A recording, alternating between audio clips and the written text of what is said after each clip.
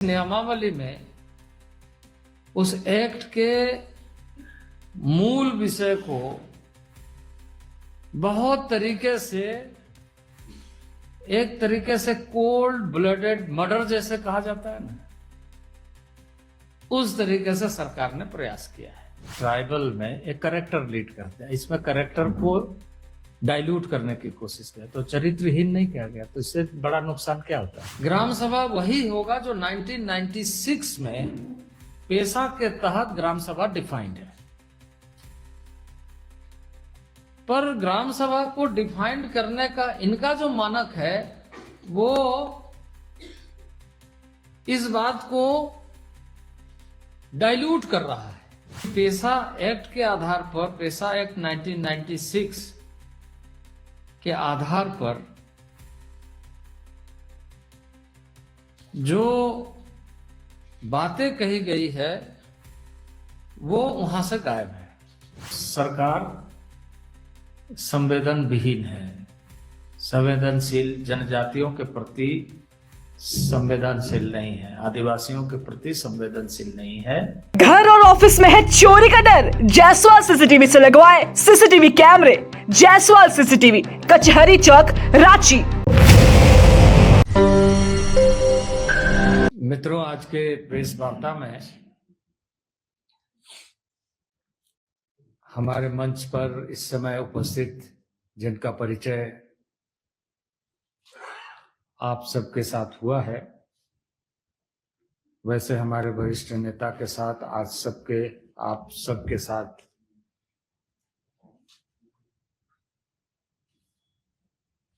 मैं राज्य के महत्वपूर्ण विषय पर संवाद कर रहा हूं और मुझे खुशी हो रही है कि आप इतनी संख्या में यहाँ पर इस महत्वपूर्ण विषय को जनसंवाद बनाने के लिए उपस्थित हैं। मित्रों, इस समय झारखंड प्रदेश में स्वशासन से संबंधित, जिसे हम पेशा रूल नियमावली के बारे में बहुत चर्चा कर रहे हैं और राज्य सरकार ने पेशा रूल अधिनियमित किया है।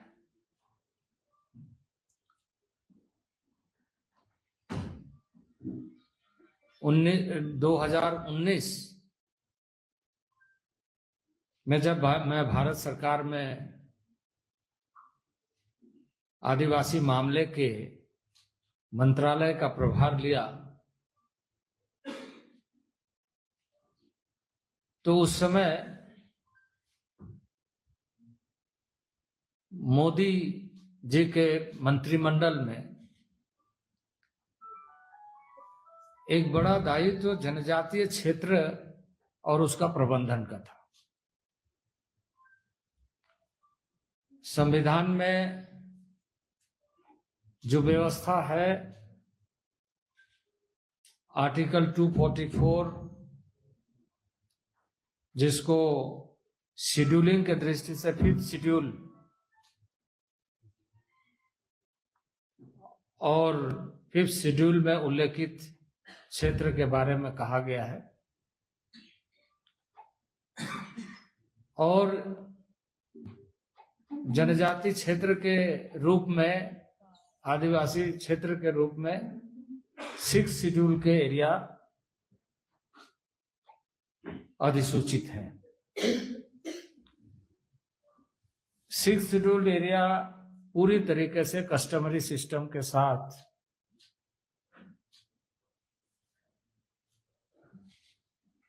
ट्राइबल एरिया के रूप में और 5th schedule area tribal administration के रूप में चिन्हित किया गया है। उस क्षेत्रों का प्रबंधन की दृष्टि से ट्राइबल अफेयर्स, जनजाति मामले, आदिवासी मामले मंत्रालय का गठन ही इस विषय को लेकर हुआ है, जहां अलग अलग कार्य क्षेत्र के रूप में सभी विभागों का दायित्व है, वहीं उन विभागों के अंदर होने वाले कार्य जनजाति क्षेत्र, जनजाति लोगों के बीच में अनुकूल और प्रतिकूल प्रभाव का समय समय पर आकलन और नियम के आधार पर, संविधान के आधार पर, कानून के आधार पर होने वाले कार्यों के बारे में जानकारी, समीक्षा और साथ ही साथ राज्यों को समय समय पर इस बात के लिए स्मारित करना कि आपके क्षेत्र में जो संवैधानिक दृष्टि से निहित विशेषाधिकार जनता है या क्षेत्र है, उसका ध्यान रखना।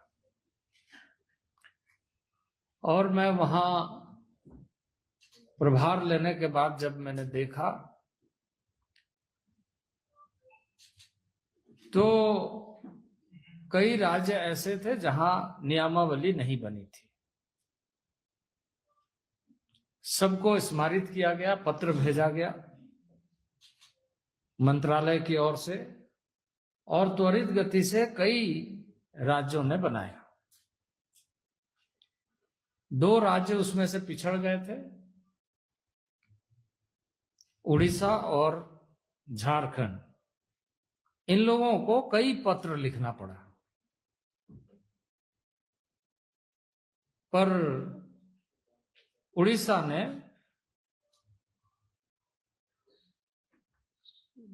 नियमावली बना करके उसे लागू करने का कार्य को गति दिया। पर झारखंड काफी दिनों तक इसमें संभवतः चर्चा करता रहा, पर निष्कर्ष तक पहुंच नहीं पाए। मांगे उठी, अदालत में लोग गए, समय के बारे में सरकार को बाध्य किया गया। यानी भारत सरकार के कई पत्र आने के बाद जब सरकार बनाने में विफल रही तो लोग अदालत का दरवाजा खटखटाया और संवैधानिक व्यवस्था के तहत यहां जो सबसे सशक्त इकाई है वो मजबूत कार्य करे, इस दृष्टि से सरकार से पूछा गया।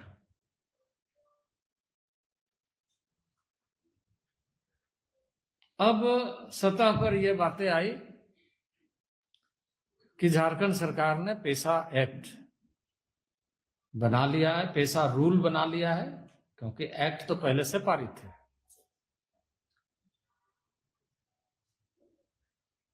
पेशा रूल कई दिनों तक सरकार शायद इस उधेड़बुन में रही होगी,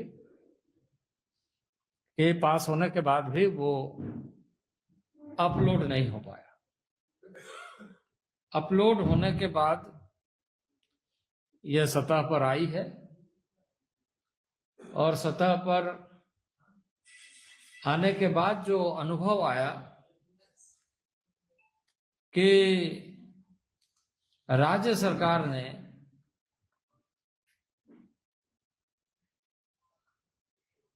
इस मूल भावना के जो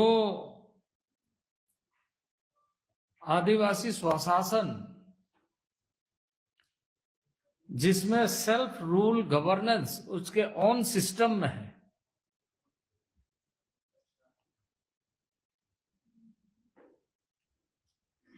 उसकी आत्मा पर कुठाराघात किया है।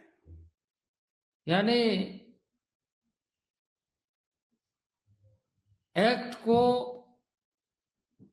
इंप्लीमेंट करने के लिए रूल बनाए जाते हैं, वैसे एक्ट अपने आप में लागू किया जा सकता है और किया भी गया है, लेकिन रूल सेल्फ डिसिप्लिन के साथ और मजबूती मिले, व्यवस्था की परिपक्वता को बेहतर बनाने के लिए किया जाता है।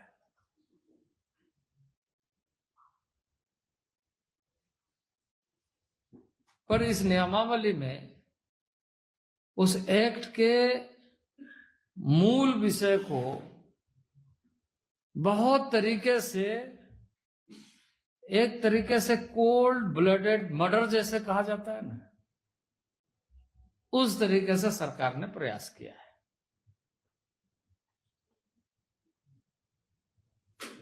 किसी भी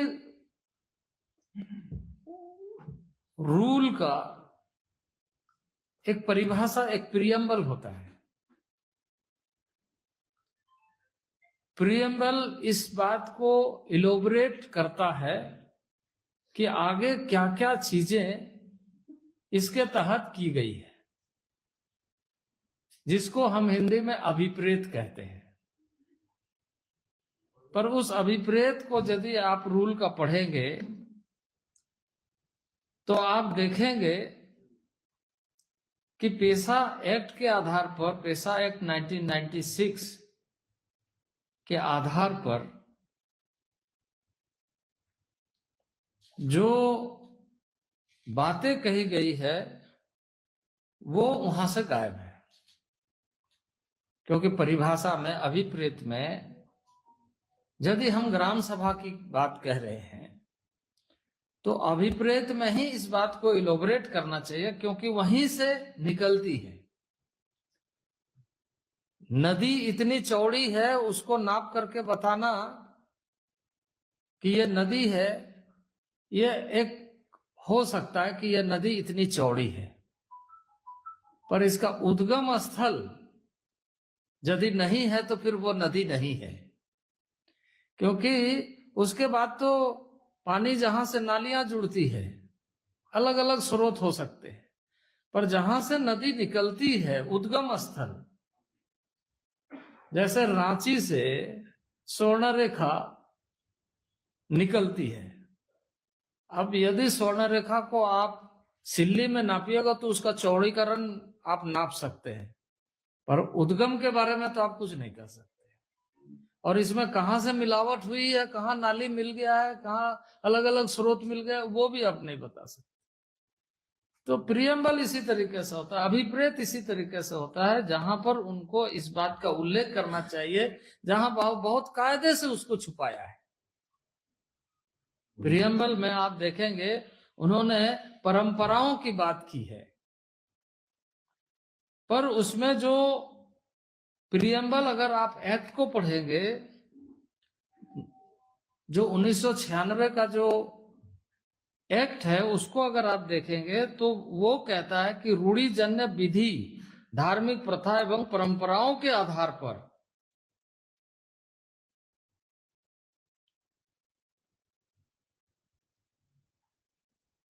स्वचालित व्यवस्था जो आदिकाल से चली आ रही है वो ग्राम सभा कहलाएगी। वो ट्रेडिशनल हेडमैन होंगे और उसके माध्यम से उन्होंने बहुत सारे चीजों को इस तरीके से खुश करने के लिए कहा है। कुछ विविध क्षेत्रों में झारखंड के, जैसे कहीं मुंडा मानकी कहते हैं, कहीं डोकलो शहर कहते हैं, कहीं माझी परगना कहते हैं, तो ऐसे शब्दों का उल्लेख किया, लेकिन इस बात का उल्लेख नहीं किया है कि परंपराओं को कैसे डिफाइन किया जाए। मैंने अध्ययन किया इन सारे विषयों पर, अन्य राज्यों के कई राज्य, क्योंकि शेड्यूल्ड एरिया लगभग 5th शेड्यूल्ड एरिया 10 राज्य में, देश के मध्य भारत के 10 राज्यों में शेड्यूल्ड 5th शेड्यूल्ड एरिया है। इन सारे राज्यों में ग्राम सभा को इस रूप में दर्शाया गया है, बताया गया है कि ग्राम सभा वही होगा जो 1996 में पेशा के तहत ग्राम सभा डिफाइंड है। पर ग्राम सभा को डिफाइंड करने का इनका जो मानक है वो इस बात को डाइल्यूट कर रहा है, और जब मूल भावना डाइल्यूट हो जाए तो उसका परवर्ती समय में उसका परिणाम क्या आ सकता है, आप इसका अंदाजा लगा सकते हैं। तो इसलिए मैंने आशंका जाहिर किया था कि अपलोड होने के बाद, पढ़ने के बाद पता चलेगा कि इस रूल को बनाने के पीछे सरकार की मंशा क्या है। अब सरकार की मंशा इससे स्पष्ट हो गई है कि वो पेशा एक्ट के माध्यम से जो भावना निहित है, जो एक्ट में प्रावधान है, उसको डाइल्यूट करते हुए इस तरह के बाद के विषयों को किया है जिससे लोग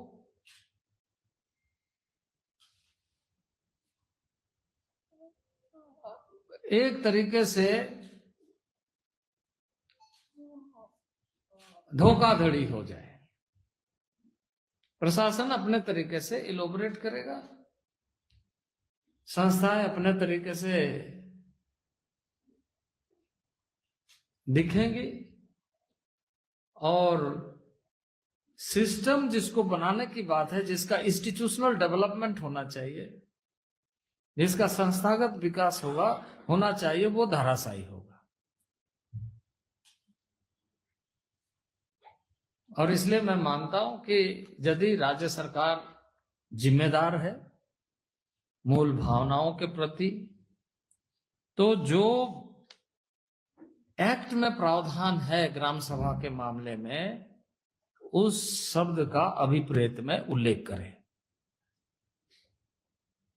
और तब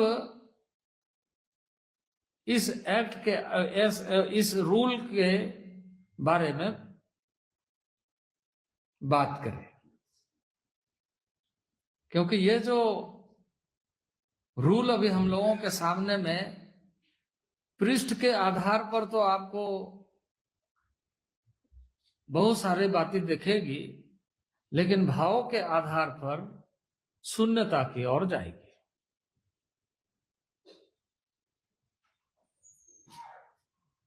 तो ये बाद के दिनों में कई तरह का संकट ही पैदा करेगा। एक तो देर से बनी है, और देर से बनने के बाद भी ये दुरुस्त नहीं है।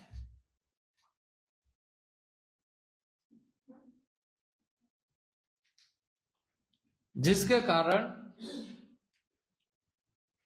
मूल भावना से ये भटकता हुआ दिख रहा है। और मैं देर होने का कारण इसी को मानता हूं कि बड़ा दिमाग लगाया गया है कि ऐसे चीजों में कैसे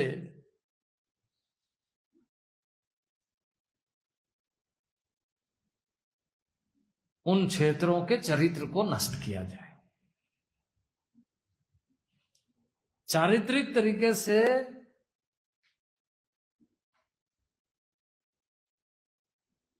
चारित्रिक गुणों के आधार पर ही जनजातीय का, आदिवासियों का पहचान होता है। वो चारित्रिक गुणों पर प्रहार करने की कोशिश हो रही है।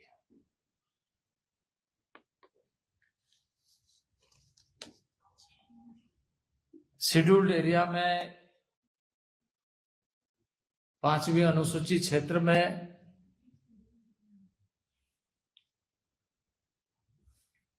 राज्य सरकार को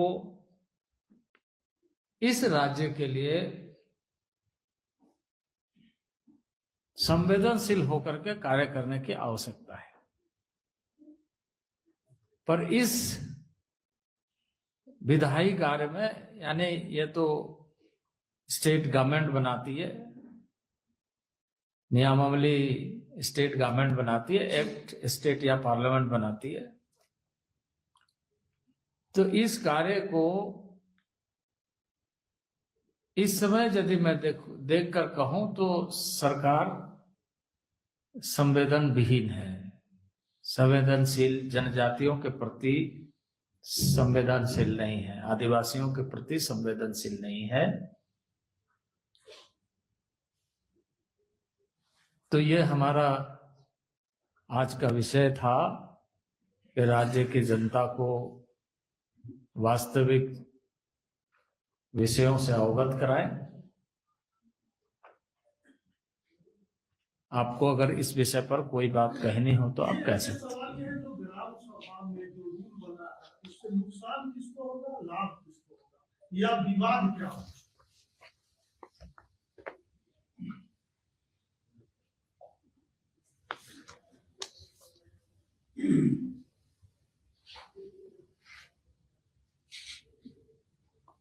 देखिए, आपकी पहचान आपके परिवार से है, क्योंकि आप सामाजिक जीवन में एक परिवार को लीड करते हैं। तो उसी तरीके से ट्राइबल में एक करेक्टर लीड करते हैं। इसमें करेक्टर को डाइल्यूट करने की कोशिश किया तो चरित्रहीन नहीं किया गया, तो इससे बड़ा नुकसान क्या होता है?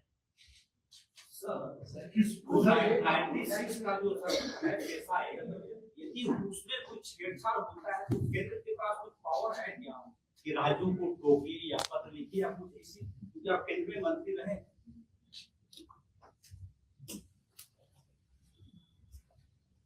देखिए, ऐसे बहुत सारी चीजें, क्योंकि फेडरल स्ट्रक्चर में देश भर के लिए एक नीति निर्धारण करते हुए वो एक्ट में कि ये देश के इन हिस्सों में, देश के इन राज्यों में संपूर्ण रूप से लागू होगा। अब राज्य की जिम्मेदारी है कि उस एक्ट के तहत अपने राज्य की जनता को देखे, पर राज्य की जनता उस मूल भावना को डाइल्यूट करके नहीं, उस मूल भावना को ध्यान में रखते। तो राज्य सरकार को सबसे पहले तो यह सुनिश्चित करना चाहिए कि हम उस मूल भावना के साथ कार्य करें जिसके लिए यह एक्ट बनाया गया है।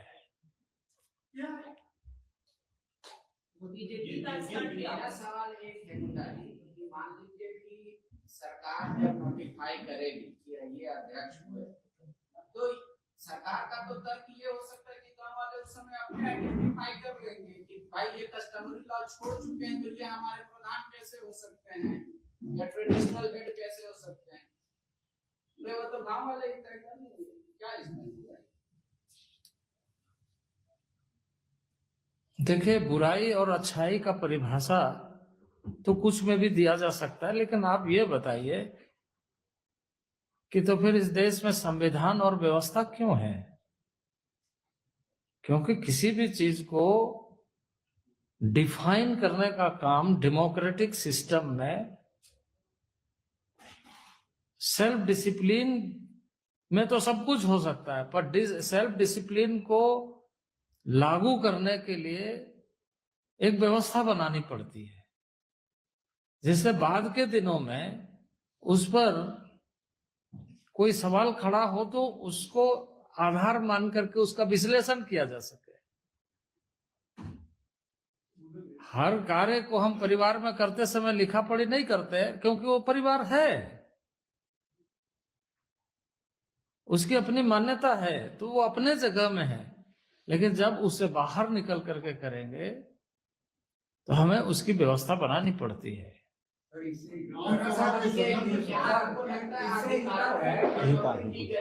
पूरा मतलब ये जो आप लोग बात कर रहे हैं थोड़ा दुख हो रहा है, और हमको लग रहा है हम पूरे बात कर रहे हैं कि जो आदिवासी है अगर वो धर्म परिवर्तन करता है और हमें इस संबंध में कुछ नहीं कहना है। नहीं सुनिए ना। हमें इस संबंध में कुछ नहीं कहना है। हम इस समय सिर्फ इस बात को कहेंगे कि जो एक्ट में प्रावधानित है उस एक्ट के आधार पर उनको लिखने में क्या आपत्ति है। नहीं, इसी- आपको मैं स्पष्ट कर दिया। इसी को स्पष्ट करिए जरा, हम लोग समझ नहीं पा रहे हैं। ये जो अगर आदिवासी कोई अगर सरना संस्कृति मान रहा है, वो ईसाई अगर बनता है, तो क्या नए प्रावधान के तहत वो प्रधान बन सकता है आपके अनुसार? मैं अभी इस मामले में एलोबरेट इसलिए नहीं करूंगा क्योंकि कई बार लोग ऐसा चाहते हैं कि इस तरह की बातों को कहा जाए जिसमें राजनीतिकरण हो। फिर प्योर तरीके से एडमिनिस्ट्रेटिव सिस्टम को एस्टेब्लिश करने के लिए मैं बात कर रहा हूं। ठीक है, ये तो आपका तो एडमिनिस्ट्रेटिव सिस्टम को एस्टेब्लिश करने के लिए जब मैं बात कर रहा हूं तो बाई खंडशः बात कर रहा हूं कि जो अभिप्रेत, जो उनके प्रियम्बल है, जो परिभाषा है, उसमें ही एक्ट में जो 1996 पंचायत एरिया, पंचायत इन शेड्यूल्ड एरिया है ना, पंचायती राज एक्ट इन शेड्यूल्ड एरिया पेशा कैसे लागू होगा, तो ये राज्य सरकार को बताना है कि उसकी मंशा क्या है। क्योंकि एक्ट तो हमें नहीं बनाना है, हमें तो कहना है। एक्ट तो इस समय सरकार को, रूल तो सरकार को बनाना है।